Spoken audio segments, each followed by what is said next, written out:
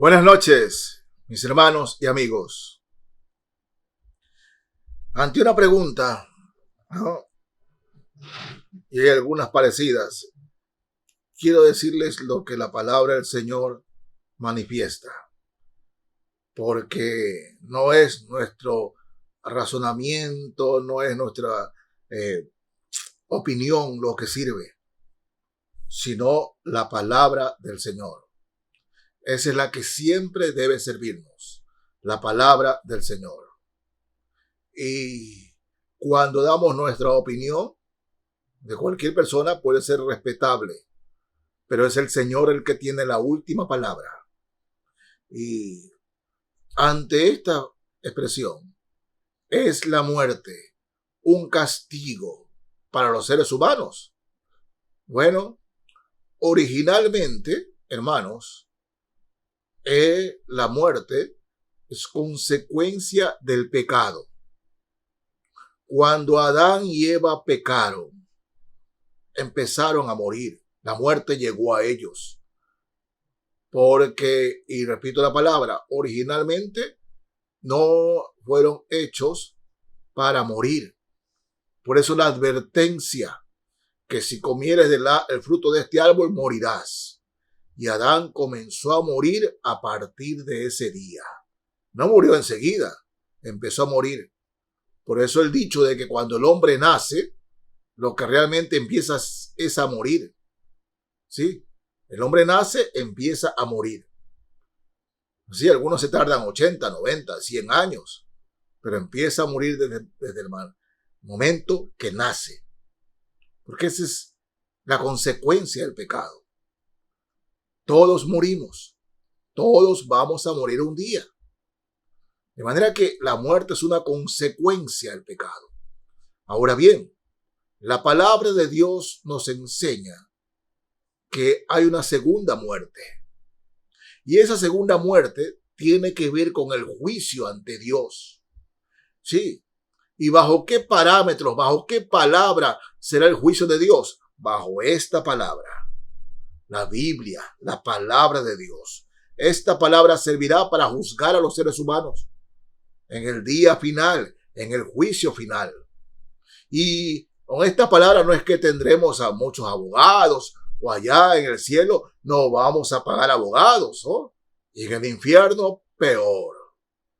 Pero la muerte es un castigo. Bueno, veamos, hermanos, ¿qué dice la palabra de Dios?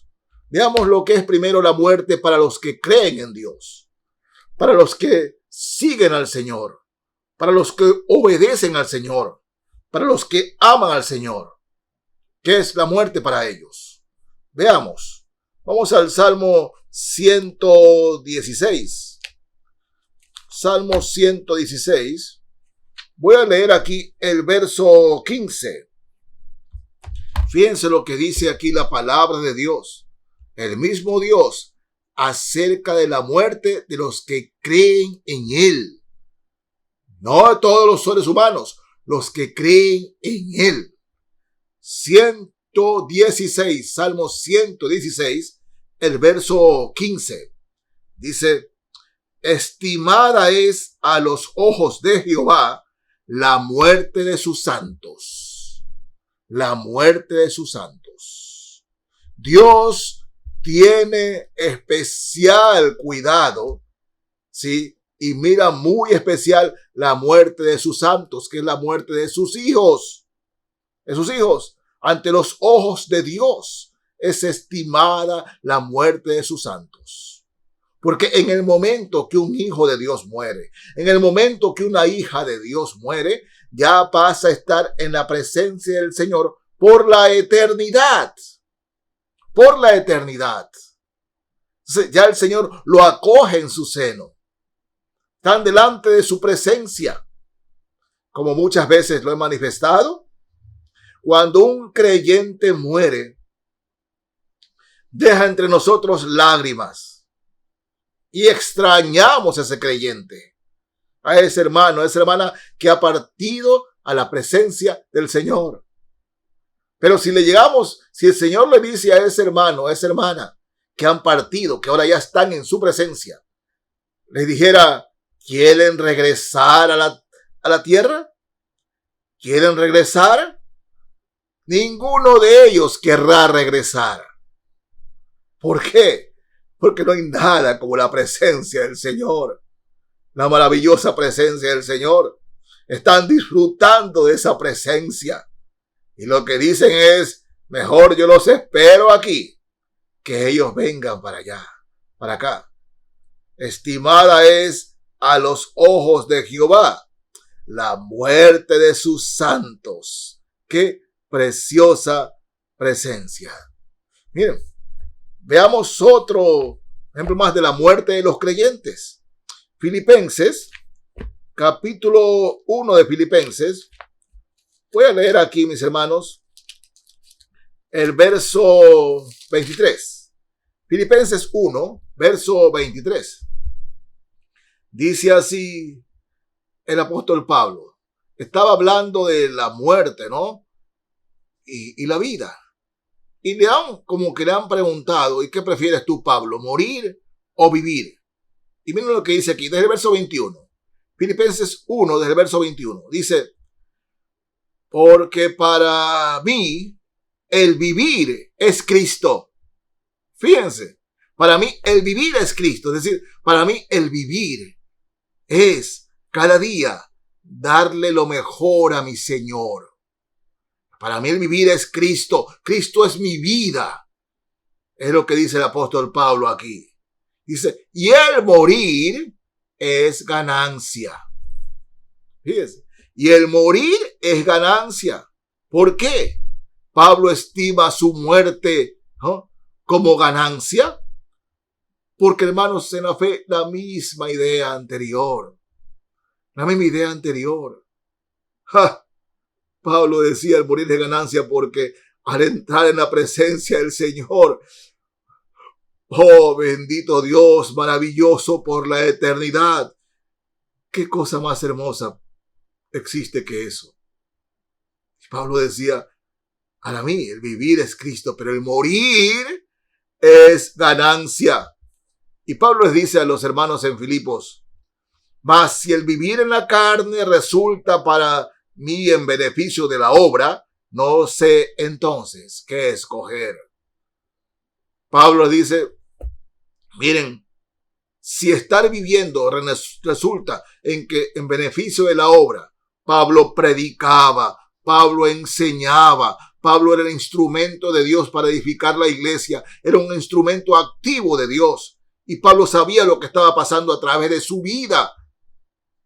Y dice Pablo, si el Señor aún me tiene aquí y puedo ser de bendición a la iglesia, bueno, no sé entonces qué escoger. No sé entonces qué escoger. Verso 23. Porque de ambas cosas estoy puesto en estrecho, teniendo deseo, fíjense, teniendo deseo, qué maravilloso, de partir y estar con Cristo, lo cual es mucho mejor, no, muchísimo mejor. Pablo asiente y dice, sí, pero mi deseo es partir y estar con Cristo, lo cual es muchísimo mejor. ¿Cómo veía el apóstol Pablo su muerte? ¿Como ganancia?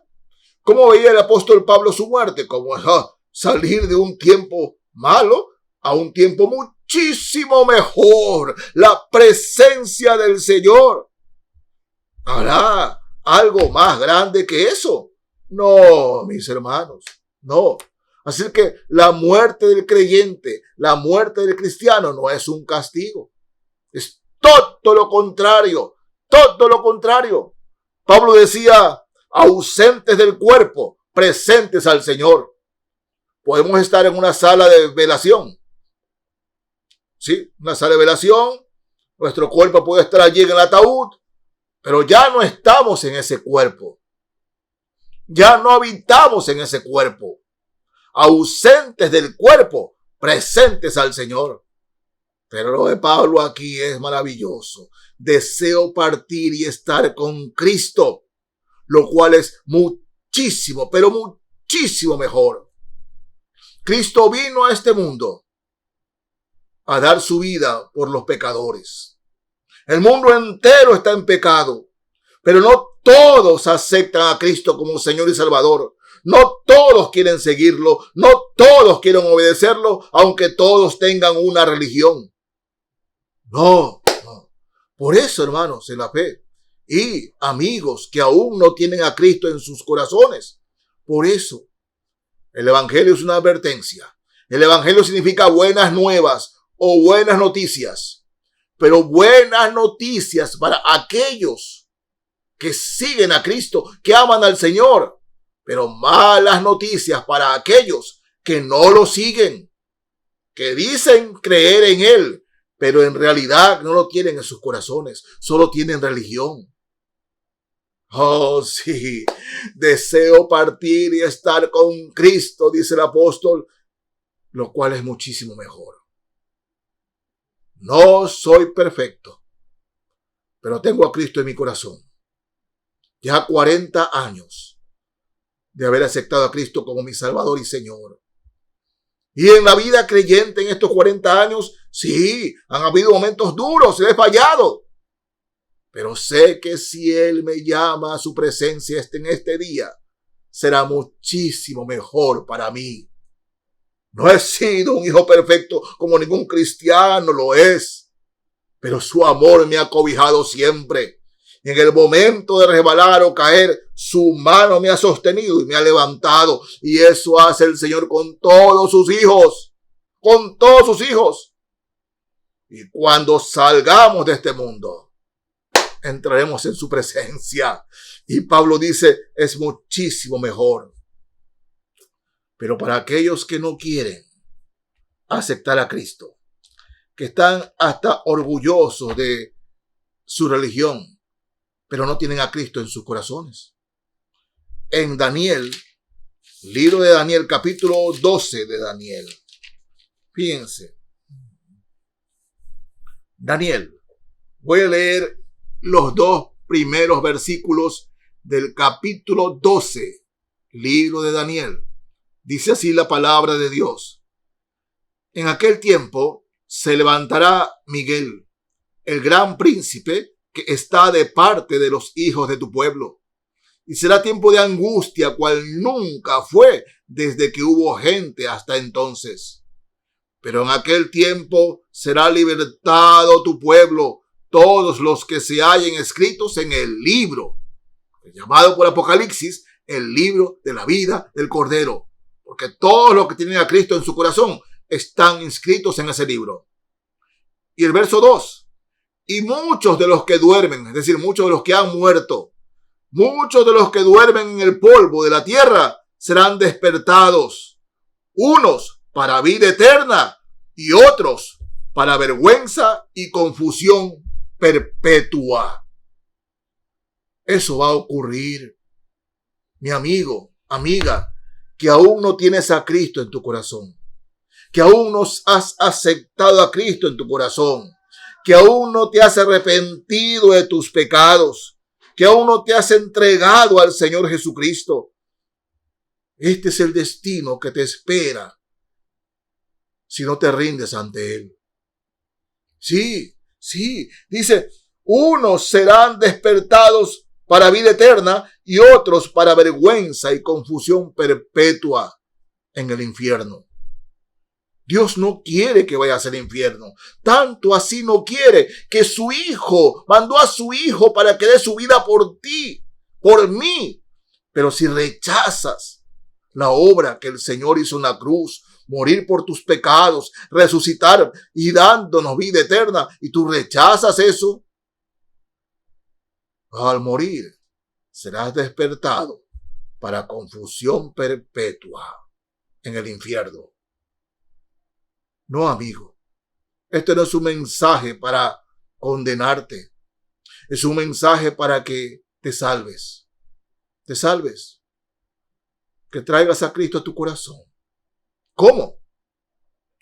Con tus palabras profundas, lo más sinceras, delante de Dios. Si tus palabras, dile al Señor, arrepiéntete de tus pecados. Y dile que venga a morar a tu corazón. Y haga de ti el hombre que Él quiere, la mujer que Él quiere. Y nacerás de nuevo y serás una nueva criatura. El Señor lo hizo conmigo hace 40 años. Y he visto cómo lo sigue haciendo en otras personas y son salvos y esperan y mueren y tienen vida eterna. Porque para eso vino Cristo, para darte vida eterna. Pero tú decides cómo despertarás una vez que duermas en la muerte. Para confusión perpetua en el infierno o para vida eterna en la gloria de Cristo. Pablo decía y lo dice: deseo partir y estar con Cristo, lo cual es muchísimo, pero muchísimo mejor. Mi amigo, la muerte es una bendición al que tiene a Cristo en el corazón, pero la muerte es un castigo para aquellos que lo rechazan. Tú lo escoges. Dios te bendiga de todo corazón. Recibe a Cristo y vas a ver lo que sucede. Amén.